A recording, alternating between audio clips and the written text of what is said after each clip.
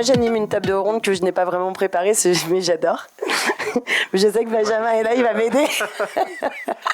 Un petit peu peut-être. Donc même question, alors, tu t'es déjà présenté Pierre, mais Axel, et peut-être expliquer un petit peu plus Brevo, tu vois, ce que vous faites, parce que c'est vrai qu'HubSpot ça parle vraiment à tout le monde. Brevo, en plus je pense que vous avez un peu évolué sur vos produits. Donc je m'appelle Axel de Tours, je travaille donc chez Brevo en tant que VP Sales. Avant ça, j'ai monté une boîte qui s'appelle Captain Wallet et qui a donc été rachetée par Brevo en décembre 2022. Donc je suis d'abord un entrepreneur et donc maintenant je me retrouve dans le grand bain de la scale-up qui est Brevo. Donc Brevo, c'était une boîte qui s'appelait Sendinblue jusqu'à l'année dernière et qui a vraiment été le compétiteur numéro 1 de Mailchimp, notamment en Europe et même maintenant aux US, qu'on a pas mal d'activités aux US. Et puis petit à petit, à la faveur des différents rachats, donc dont je fais partie, mais il y a eu 10 boîtes qui ont été rachetées en 2 ans, Brevo s'est transformé en une solution CRM all-in-one, comme on dit dans le jargon, donc tout en un. Ça, je vais éviter de jargonner trop en anglais, mais c'est pas facile. Mais all-in-one, je pense que c'est quand même à la hauteur de tout le monde. Là. Alors là, je m'inquiète sinon. Vu le message de rappel, je sais pas. Donc du coup, voilà, donc on traite vraiment. Il y a toute une partie de notre business qui est toujours vers les PME. C'est de là que vient Brevo, donc ex-Sendinblue. Et puis de plus en plus, depuis 3-4 ans, il y a une partie, ce qu'on appelle vraiment grand compte, enterprise, qui s'est de plus en plus développée et qui permet donc d'avoir de travailler avec des grands comptes. Pour vous donner une idée, il y a 500 000 clients sur la partie PME et il y a entre 2500 et 3000 grands comptes maintenant qui travaillent avec Brevo. Donc c'est vraiment une partie qui est très importante dans le développement de Brevo actuellement et sur laquelle on accélère beaucoup. Donc il y a des enjeux de sales et de marketing qui sont très importants et qui sont très différents entre deux parties de l'entreprise. On fait un peu les deux, donc c'est un challenge un peu de tous les jours d'essayer d'adapter l'entreprise à ça. T'as combien de personnes dans tes équipes Sales Market? Parce qu'on sait déjà s'organiser. En fait, sur la partie revenu, on est à peu près 150 personnes. Donc, dans la partie revenu, il y a Sales, Market et CSM. Je dirais qu'il y a entre 50 et 60 Sales, une quinzaine de personnes côté Market et puis tout le reste qui va être des CSM. Donc, CSM, c'est les Customer Success. Donc, c'est une fois qu'on a signé, c'est eux qui s'occupent et qui mettent en place la solution et qui accompagnent le client dans la mise en place de l'outil. Super, merci. Pierre, première question, comment est-ce que tu définirais l'automatisation versus l'IA dont on parlera un peu plus tard? C'est une grande question. L'IA, intelligence artificielle, hein, si jamais. Quand même. Alors, pour moi, ce sont sous-titres. C'est deux leviers complémentaires et complètement séparables. Pour le coup, pour moi, l'automatisation, c'est un levier qui permet effectivement un levier d'efficacité. Où l'idée, c'est effectivement toutes les tâches à faible valeur ajoutée, c'est de pouvoir les automatiser. Quand je dis automatiser, c'est effectivement de s'assurer que si on complète une information quelque part, et ben du coup, elle se retranscrit pour éviter de la redemander et faire du copier-coller, donc une perte de temps pour les différents acteurs, mais notamment sales. C'est aussi un moyen effectivement d'éviter des erreurs humaines. À partir du moment où on a validé une information, de la data, pour le coup, c'est voilà pourquoi effectivement revenir dessus. Donc bref, c'est deux leviers pour moi complémentaires mais distincts où effectivement toute la partie automatisation c'est en gros scaler du coup toute la partie tâches à faible valeur ajoutée et par contre la partie intelligence artificielle pour moi c'est un levier plutôt stratégique qui permet effectivement typiquement pourquoi pas de mieux comprendre son ICP, de répondre à des besoins customer, donc si on est en B2C ou en B2B, mais c'est un moyen plutôt stratégique de compréhension et d'aide à l'analyse. VS l'automatisation, on est sur quelque chose où on automatise du coup des tâches à faible valeur ajoutée sur lesquelles on s'évite effectivement des erreurs humaines et aussi des coûts humains. Non, c'est exactement ça. Il faut bien faire la différenciation différencier ce côté automatisation de tâches à non valeur ajoutée ou peu de valeur ajoutée, qui sont des tâches importantes néanmoins, mais pas de valeur ajoutée à faire pour un humain, on va dire. Et l'IA qui a vraiment, c'est une aide à la décision, cette capacité à traiter de la donnée, à anticiper en fait des éléments qu'on n'aurait pas forcément en tête. Donc c'est plus une aide à la décision qu'une aide à l'exécution. Je dirais que ce serait la différence vraiment entre les deux. Alors moi, je me permets, je suis pas speaker, mais pour le coup, on est une asso, on est 4 et on a tout automatisé et processé. alors notamment avec HubSpot au départ, mais avec du Zapier, avec du Notion, avec du Airtable, etc. Et quand on est peu nombreux dans une équipe, c'est quand même sacrément top d'avoir ça, et effectivement on peut se focuser sur d'autres choses. Donc en fait on peut le faire même très tôt, et d'ailleurs je pense qu'il faut le faire très tôt, mais on va en parler. C'est quoi le premier outil qui selon vous il faut mettre en place dans une stratégie sales market au départ? Là pour le coup on peut évidemment parler du CRM, hein, clairement. C'est vraiment l'outil, on va dire, un peu cœur central de toute démarche sales et marketing. Même d'ailleurs Customer Success, donc on appelle un peu CS, hein, vous allez entendre ce terme plus tard, ou CX. L'idée c'est que ce CRM finalement, donc que ce soit Brevo, que ce soit HubSpot, que ce soit d'autres outils, on peut les nommer bien sûr, mais l'idée, on va pas les nommer.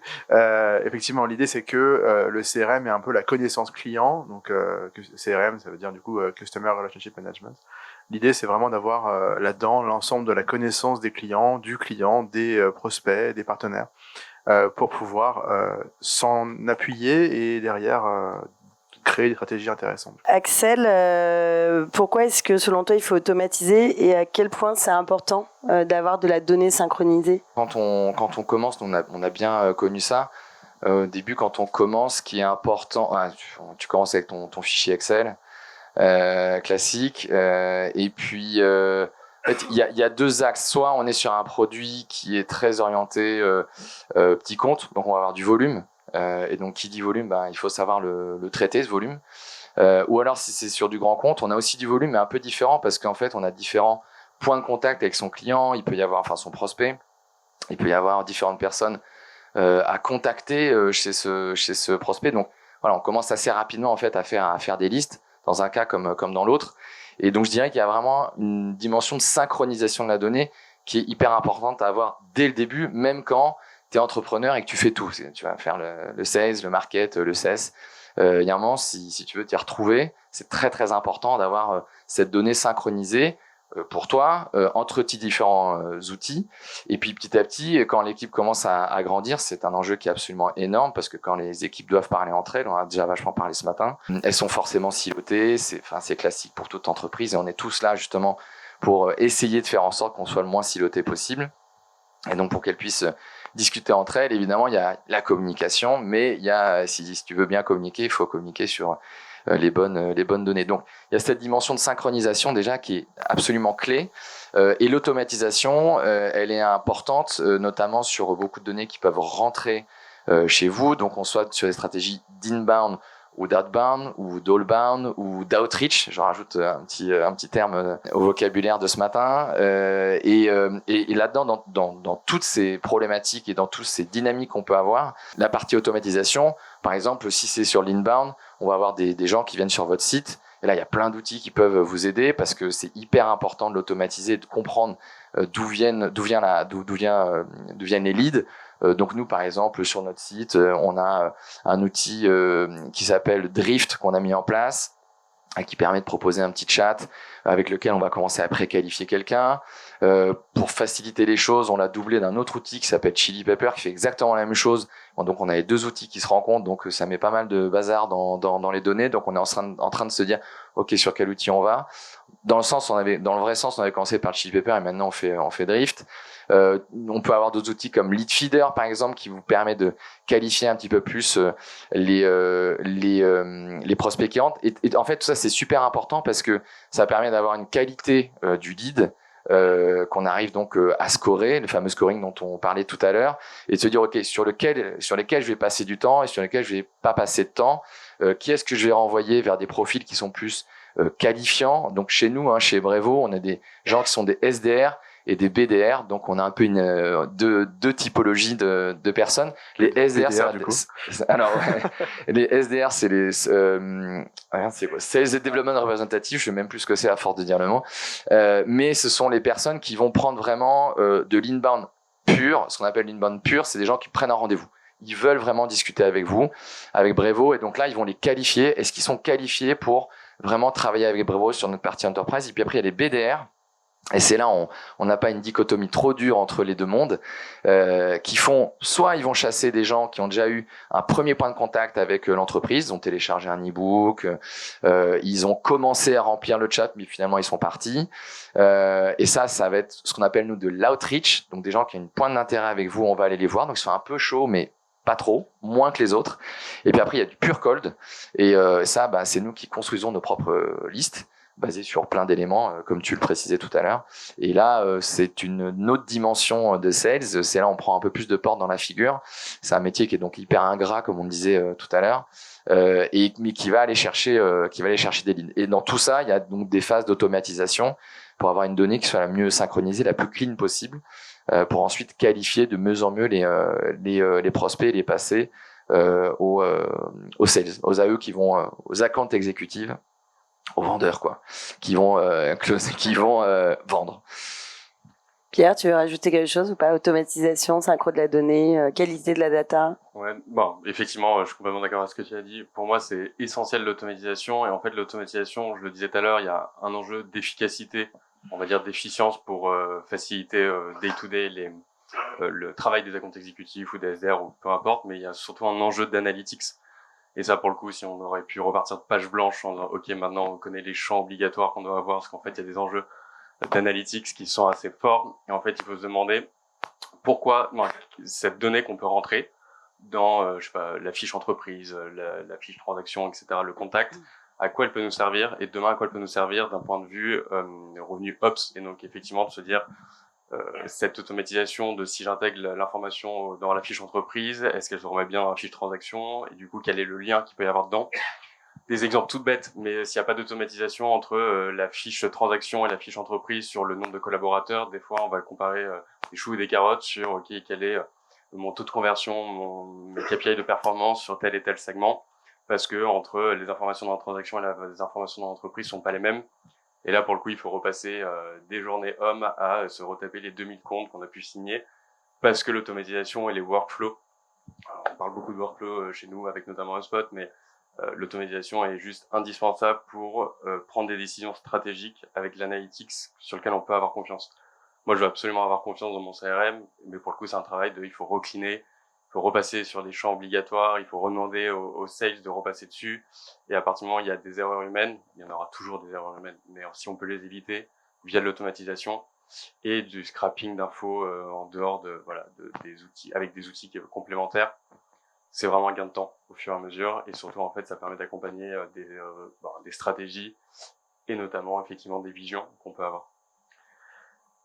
Pour compléter un peu tout ça, effectivement, je suis totalement d'accord. Il faut quand même jamais sous-estimer une chose, c'est l'entretien du CRM et des outils en général. L'entretien est quelque chose de vraiment extrêmement important à avoir en tête. L'entretien par l'automatisation, mais aussi l'entretien par les vraies personnes qui vont du coup travailler au quotidien avec les données. Il ne faut pas le sous-estimer, il faut vraiment l'intégrer dans le travail quotidien. Et j'ajouterai une chose sur la partie synchronisation. Il est vraiment primordial que on ait plusieurs outils, ça c'est ok, mais il est primordial que il y ait des ponts qui soient faits entre les différents outils qu'on utilise. Pour plein de choses, plein de raisons, mais la première c'est d'éviter la ressaisie et éviter justement le travail qui est inutile d'apporter une data de A vers B. Et par ailleurs aussi, j'aimerais bien aussi parler de l'export de données. Il faut avoir aussi en tête une chose, ça on le voit avec tous nos clients. Il y a beaucoup de clients qui me demandent alors où est où le bouton d'export pour que je puisse récupérer mes données en CSV, en fichier Excel, comment je peux faire, etc. Ça, on a tous connu ça. Il faut savoir une chose, c'est que en général, c'est ceux qui vont quitter l'entreprise et qui veulent la base. Ou alors d'autres qui veulent, ceux qui se disent voilà, la donnée, je veux pouvoir la travailler comme je veux, comme j'entends, etc. Faut avoir en tête une chose, c'est que dès lors qu'on va faire exporter, à partir de ce moment-là, on va avoir une donnée qui est déjà fausse, puisque au moment où elle va être exportée, elle va être déjà périmée. Et donc il faut avoir en tête qu'on va la travailler, c'est une chose, mais après il faudra la récupérer et la réintégrer dans le flot de travail global. Et ça crée justement des choses extrêmement difficiles. Donc tu parlais justement des deux outils qu'il faut resynchroniser. Deux datas qui sont séparées, c'est un peu le pire. Donc il faut absolument par-dessus tout l'éviter. Et pour ça, il faut avoir des outils qui soient sympas à utiliser et surtout pratiques. Le côté sympa est très très très important. Il faut que ce soit fun et ludique. Juste deux mini précisions. Je pense que ça c'est assez personnel, mais même quand on est dans des phases de précis, où série A, etc. Et alors encore plus quand on grossit et qu'il y a du monde et que donc il y a plein de gens qui manipulent la data, l'automatisation, la synchronisation de la donnée, c'est une vraie question de management. C'est une vraie question de discipline. Et on pourra automatiser tout ce qu'on veut, faire parler de n'importe quel outil entre eux, etc.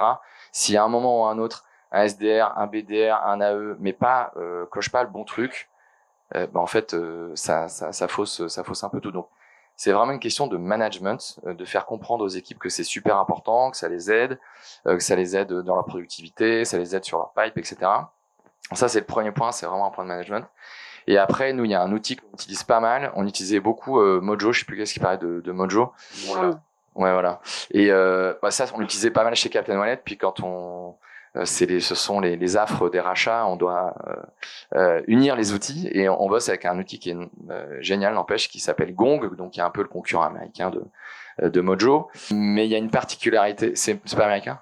C'est un outil qui est assez intéressant parce que très souvent dans les outils CRM qu'on a pu utiliser, c'est pas un outil CRM à l'origine, c'est un outil d'écoute, mais des calls, mais il y a aussi toute une partie quand même CRM, donc de prévision des ventes, et on peut voir beaucoup les flux par rapport à ce que tu disais sur l'export de la donnée qui est périmée à partir du moment où on l'exporte, parce que il se passe plein de trucs au même moment.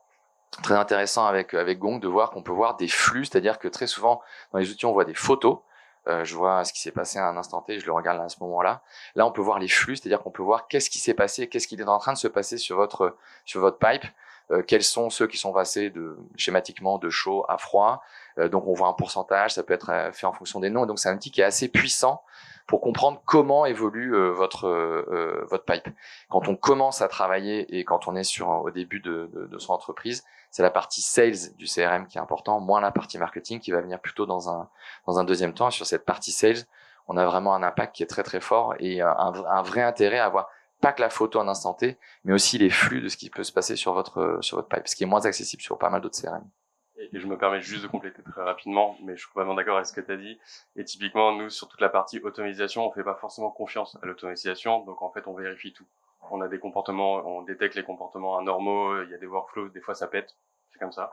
Et le truc, c'est qu'on a des personnes à chaque étape, on va dire un peu importante, donc passer de proposal à verbal agreement, à close won, close lost, de s'assurer que le comportement et le temps lié entre ces phases sont corrects. Donc ça, c'est des choses où en fait, j'ai un sales ops qui s'occupe de gérer ces genres d'alertes et après de prendre des décisions en fonction des alertes.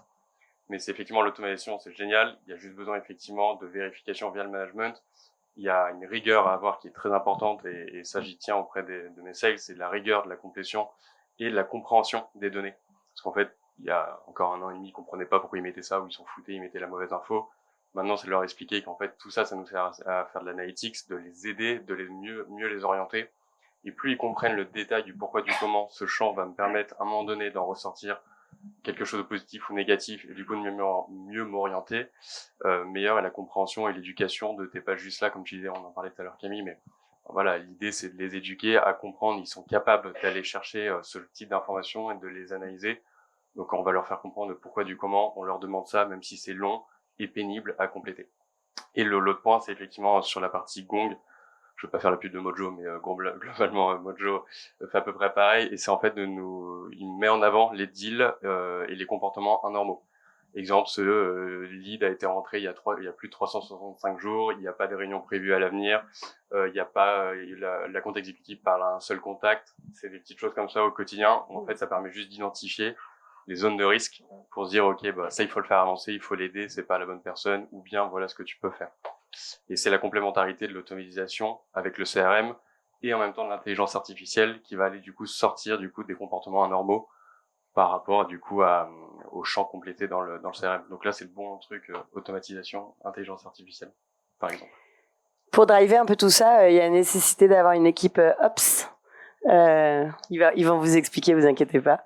Benjamin, peut-être que tu peux parler de ce sujet-là. Quand est-ce qu'il faut en mettre en place, que c'est absolument nécessaire ou pas, et quel est le rôle d'une équipe Ops? C'est très intéressant comme question, effectivement. Nous, chez Merci. Stitio, on met en place justement cette approche RevOps. Donc, c'est la Revenue Operations. Donc, c'est l'idée de mettre en place pas mal d'éléments, notamment des KPI, de la data propre, les bons outils, les bonnes automatisations, les bons process aussi, les bonnes personnes à leur bonne place, Ça, c'est l'approche RevOps. Et donc, du coup, on se dit que, enfin, c'est un peu sur d'adage, on dit qu'il faut un Ops pour 10 sales en général, c'est ce qu'on se dit. C'est pas toujours vrai, mais c'est un peu ça qu'on se dit.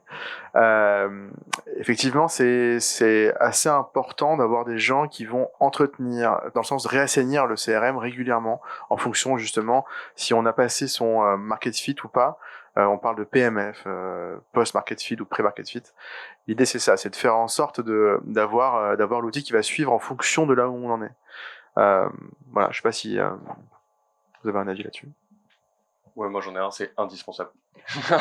Vraiment, ce sont mes piliers. Mais nous, on a eu, j'ai de la chance d'avoir une très belle équipe SalesOps où ils sont 5. J'ai un Head of SalesOps et un SalesOps par team, SDR, AE, AM et quelqu'un qui génère du lead, qui est vraiment focus sur du scrapping de compte.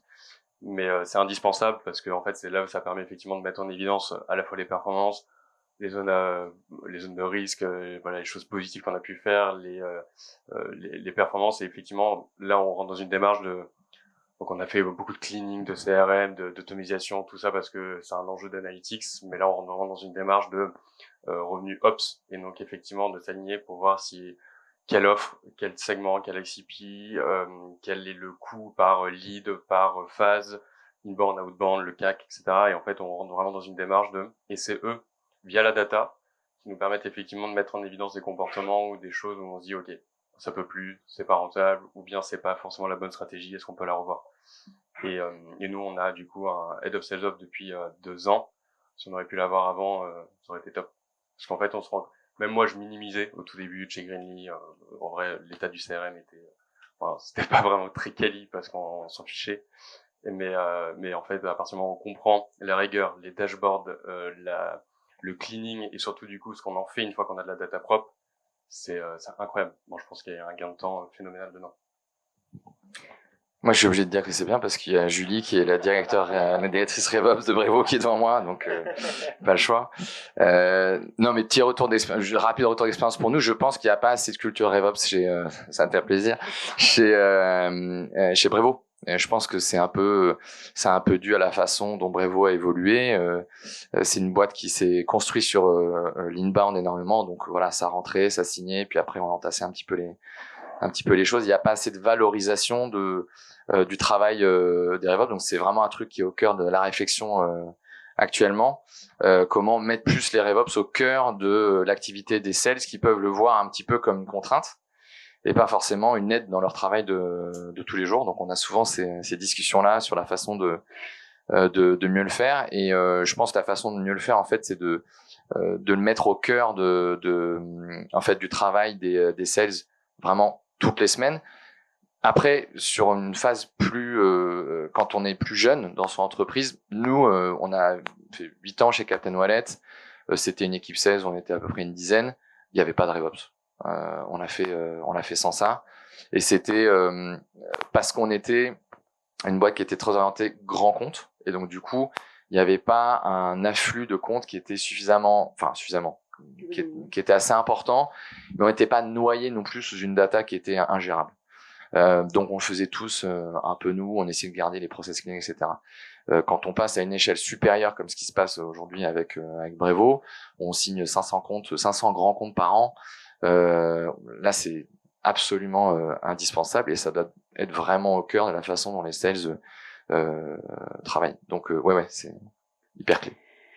C'est quoi la suite? On a déjà parlé de pas mal d'outils là, globalement, mais la suite d'outils un peu idéal pour automatiser et qu'est-ce qu'il faut éviter de faire comme erreur dans la mise en place de ces outils? Je rejoins vachement Pierre quand tu disais que c'était une vraie décision business en fait, d'avoir cette dimension ops. Un exemple, c'est que typiquement GoJob par exemple met en place un compte pour chaque personne qui rentre dans l'entreprise, un compte Make. Donc Make, c'est un peu le concurrent de Zapier. Donc tous ceux qui veulent avoir un compte qui permet d'automatiser peuvent l'avoir. Donc ça fait partie des outils qui sont importants de connaître. Mais je pense que c'est une dimension un petit peu globale. Donc c'est vraiment un choix business fort de pouvoir automatiser et que tout le monde puisse pouvoir le faire. C'est un vrai enjeu. Et particulièrement quand on est une boîte plus petite, l'idée c'est que tout le monde puisse avoir un peu les mains dedans et puisse pouvoir s'améliorer au quotidien avec des outils qui sont réellement dans l'objectif de se concentrer sur son business premier et pas jouer avec les outils qui sont un petit peu du défocus. Donc il y a plein d'outils comme ça qu'on peut imaginer. Oui, il y en a plein. Après, je pense que ça dépend des stades de maturité de l'entreprise. Quelle est la suite idéale? Quand tu commences, on en a parlé, c'est le CRM. Je rends hommage. Nous, on avait HubSpot quand on a commencé, mais bientôt il va y avoir Brevo. Attention, we're coming after you. Donc, parce qu'au départ, vous étiez une solution d'emailing, vous, c'est ça, non?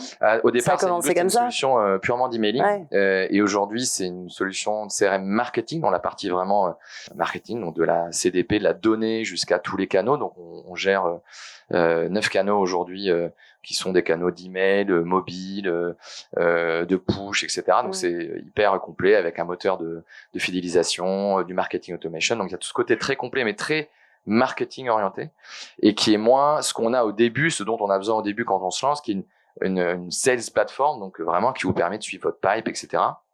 Et de savoir où en sont vos deals, quelles sont les actions que vous avez à mener dessus. Donc ça, c'est vraiment le cœur du réacteur.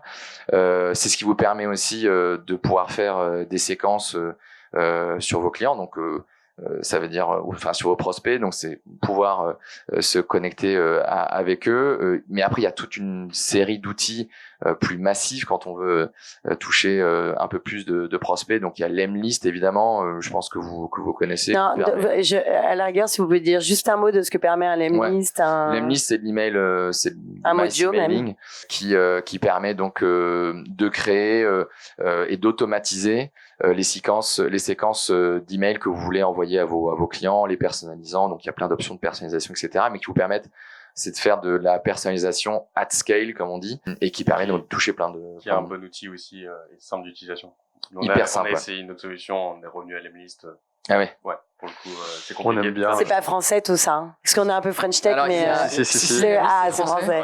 On aime bien l'Emlist, on aime bien Photobuster aussi qui fait. Exactement. Et il y a, et après ça dépend des différents canaux. Il y a une autre boîte française qu'on avait essayé, ça n'avait pas trop marché pour nous, mais parfois j'ai un peu envie d'y retourner, qui s'appelle La Grosse Machine.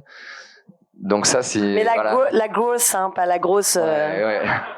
Qui permet de construire donc ces fameux workflows pour savoir ok ben si j'envoie une invitation sur LinkedIn et puis ensuite je vais doubler d'un email et si il répond pas à l'email bah ça me fait un rappel comme quoi je dois l'appeler, enfin etc. Donc qui vous permet vraiment d'automatiser cette partie prospection. Si vous êtes sur une partie inbound, c'est-à-dire qu'il y a pas mal de gens qui viennent sur votre site, etc., vous avez besoin de qualifier la donnée un peu plus. Donc là, il y a plein d'outils, genre ZoomInfo, Clearbit, nous qu'on utilise. Il y a Lusha, Apollo. Il y a donc des Phantom-Buster aussi qui ont une fonctionnalité un peu différente. Mais donc il y a vraiment, on est quand même vachement, on peut s'équiper assez facilement et assez rapidement pour des coûts relativement mesurés. Et puis après, il y a dans la gestion du pipe en tant que donc account exécutive, le CRM reste quand même la clé. Moi, je pense qu'il y a un truc quand même à avoir en tête, c'est que on peut pas tout automatiser. Il ne faut pas tout automatiser. C'est très très important de savoir où est-ce qu'on s'arrête, parce qu'après le rôle du sales est donc de sentir les choses, de parler avec les gens, de rentrer lui-même ses informations, de donner une couleur à son deal. Elle est absolument essentielle. Donc, il faut aussi savoir s'arrêter, pas essayer de tout automatiser non plus. Donc, il y a il faut dessiner la ligne de séparation avant. Typiquement sur le forecast. Sur le forecast, il y a besoin. Nous, on aimerait bien automatiser un maximum de choses, mais il y a de l'humain et en fait, on pourra jamais remplacer, on pourra jamais automatiser le forecast, alors que c'est le sujet le plus pénible au quotidien de savoir le bon forecast sur le quarter, sur l'année, même pas sur l'année, sur le quarter déjà. Et effectivement, en termes d'automatisation et d'outils, on a à peu près les mêmes. Je pense qu'il y a une suite d'outils. Mais le CRM, pour le coup, est hyper important.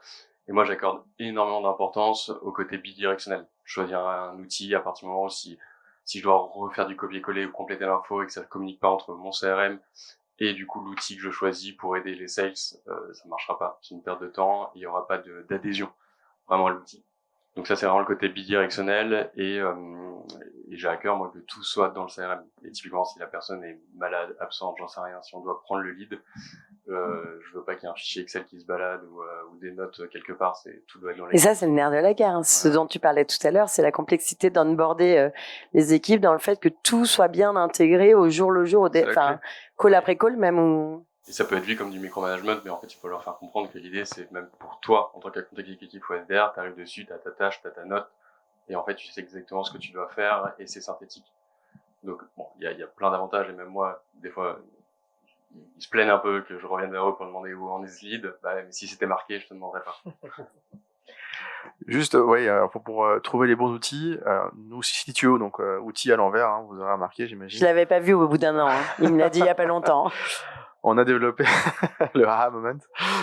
Effectivement, donc nous on a développé une liste de 25 ou 26 critères, je crois, pour justement choisir les bons outils, à quel moment, avec quel pricing, à quel stade de boîte, etc.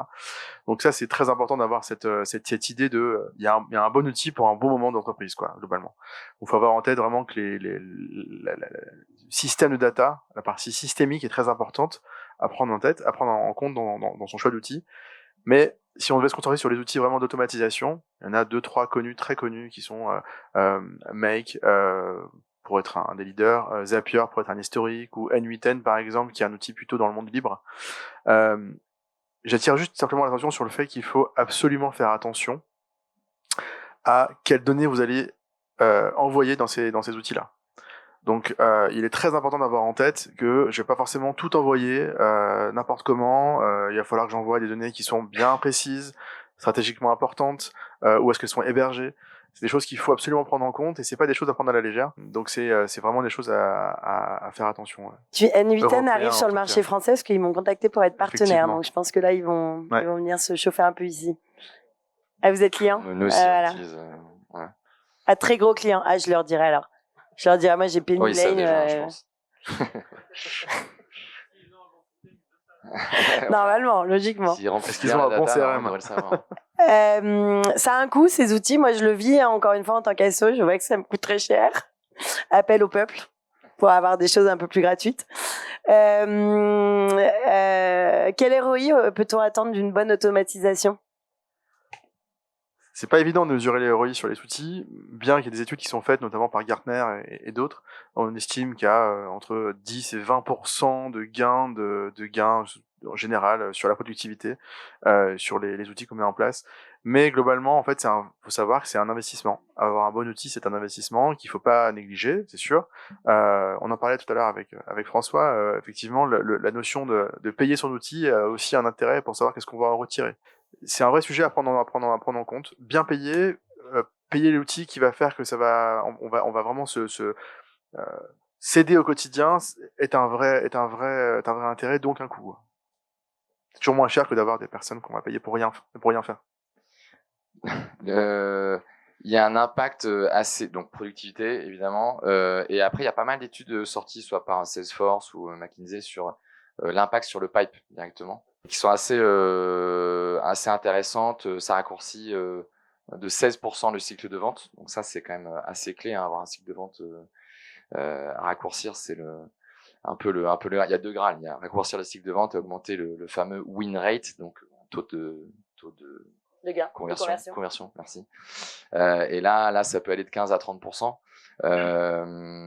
Donc, augmenter son taux de conversion de 15 à 30%, c'est absolument gigantesque. L'effet levier sur la top line est très très fort.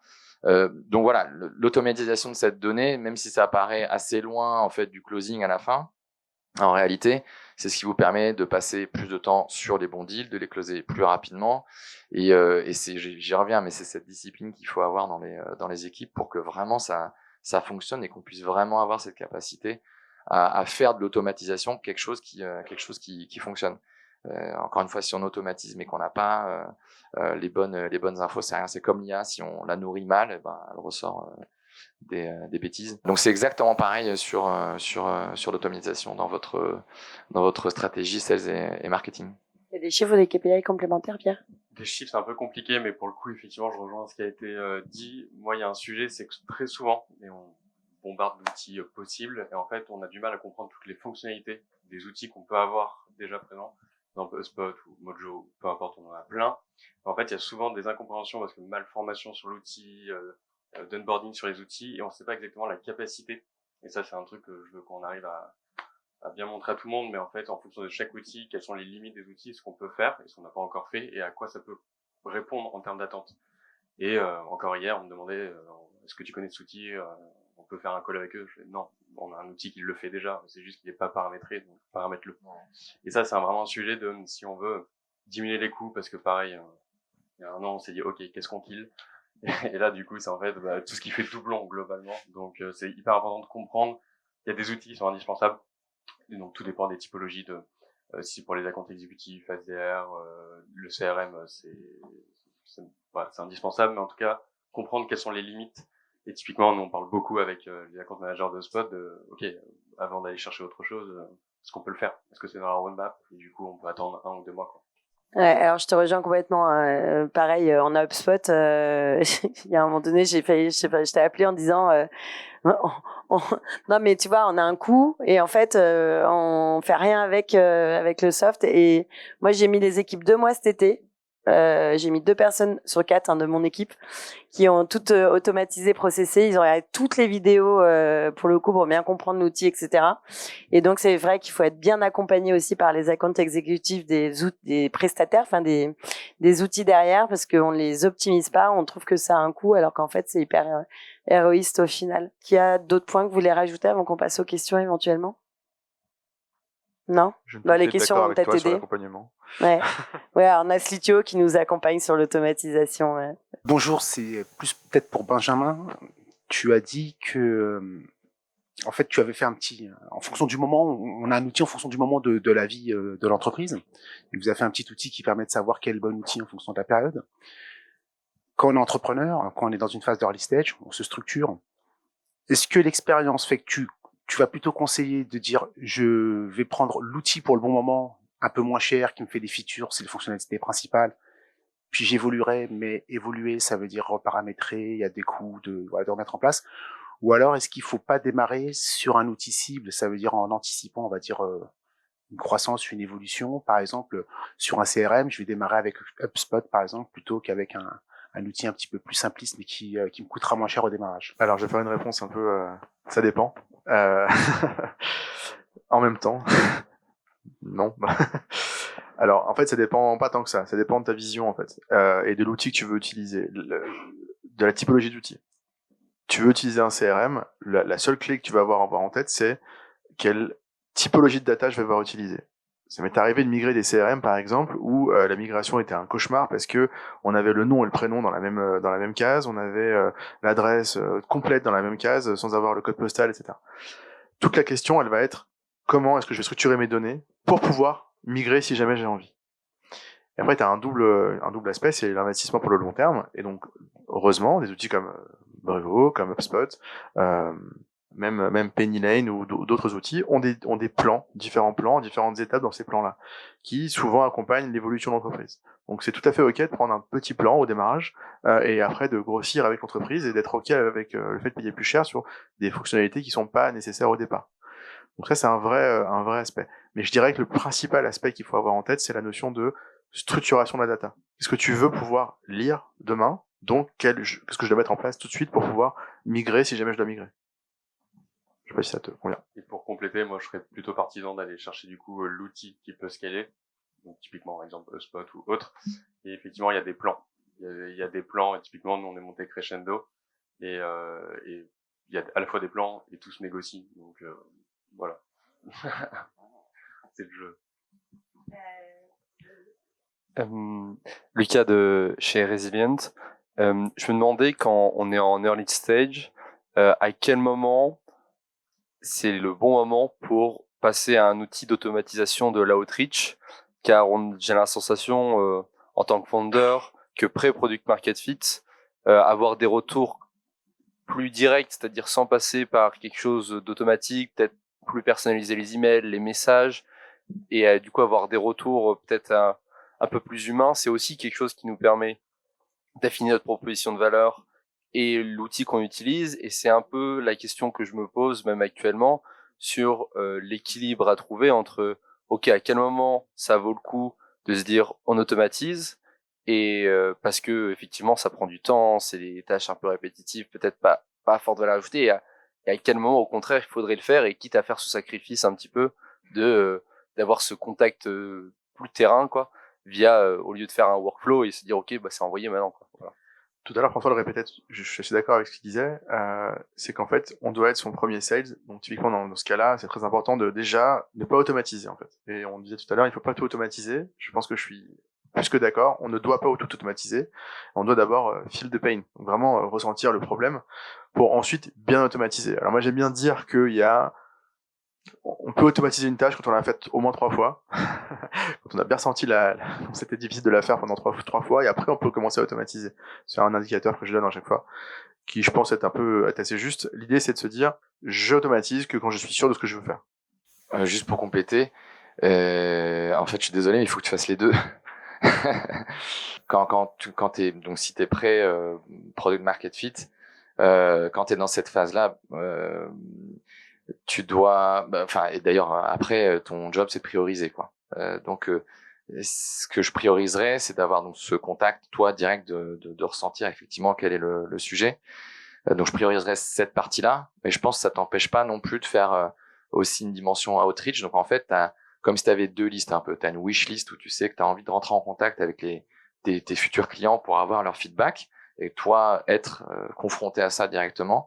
Puis après tu as une deuxième liste qui est plus volumique éventuellement, et sur laquelle tu peux prendre un peu de temps pour monter une automatisation et voir un petit peu quels sont les feedbacks que tu peux avoir. Mais du coup, tu auras du quanti versus quali, mais tu as un peu besoin d'avoir les deux. Voilà, mais à un moment, il faut prioriser. Donc, je prendrai l'axe ok, j'ai passé du temps, moi, à essayer de ressentir ces feedbacks. Et puis, si tu as le temps, il faut que tu trouves le temps d'essayer d'avoir la partie plus outreach automatisée, quoi. Oui, bonjour, Laurent de 3B, ici.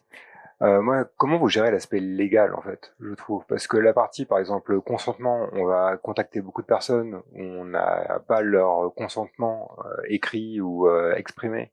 Donc, il y a déjà cette partie-là. Et la partie aussi enrichissement de profil. On fait enrichissement automatisé de profils qu'on va exposer sur 50 outils, la plupart américains, avec des failles de données possibles. Au final, je trouve que toute cette partie-là, comment vous la gérez? Comment nous, on peut respecter notre client avec des process, évidemment, et c'est hyper intéressant. Mais comment nous, on peut garantir aussi à nos clients qu'on gère bien leurs données? Là, on parle d'un point de vue prospect. Alors, en prospection, j'appelle, c'est un bon sujet.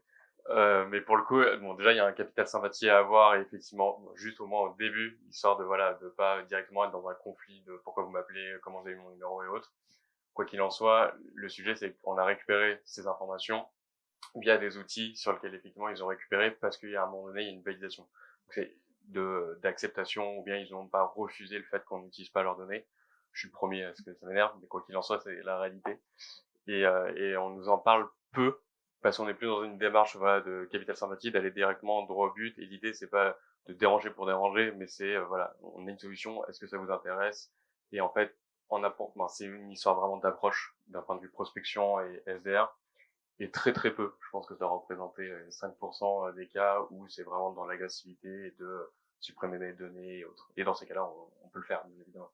Et t'as l'opt-in et l'opt-out qui est en place. Enfin, après, ils peuvent se mettre en opt-out. Ils peuvent décider de plus recevoir Et nous, à partir du moment où ça répond, typiquement dans les campagnes de mail, quand on peut programmer sur l'emlist, à partir du moment où ça répond, il n'y a plus la séquence qui s'envoie après. Donc c'est soit effectivement c'est un no-go, et donc on sort, soit effectivement là on va du coup rentrer dans une démarche un peu plus démo. Mais on n'est pas dans, si je dis stop, c'est stop. Tu peux y arriver que si tu centralises toute ta data. Donc le côté CRM, dans ce cas-là, est vital en fait. Dans beaucoup de cas d'ailleurs. Mais réellement, si tu n'as pas une démarche centralisée de chaque donnée, si tu en as un qui est là, un qui est là, un qui est là, un dans un fichier Excel, etc., tu pourras jamais le faire. En cas de contrôle, j'ai déjà vu ça, il faut que tu puisses prouver que tu as fait les démarches nécessaires pour pouvoir justement pas trop embêter les gens et surtout les retirer des listes si jamais ils l'ont demandé, quoi. Donc, il y a des Après, je pense que c'est très différent que ce soit du B2B ou du B2C. Tu vois, B2B, maintenant, c'est de rentrer un peu dans les mœurs communs des mortels, on va dire. Donc, on va moins râler sur la data et puis elle est dispo partout, hein. Déjà, à société.com, ta data, elle est déjà là, hein. Quelque part, et elle est publique. B2C, effectivement, tu as peut-être déjà un point de friction un peu plus complexe, mais aujourd'hui, avec les RGPD, tu as quand même la CNIL qui veille. Il y a pas mal d'acteurs qui font attention à ça. Donc, je pense que on montre quand même relativement pas de blanche. Non, il y a plus de temps pour les questions. Je suis désolée. On va passer à l'autre table ronde.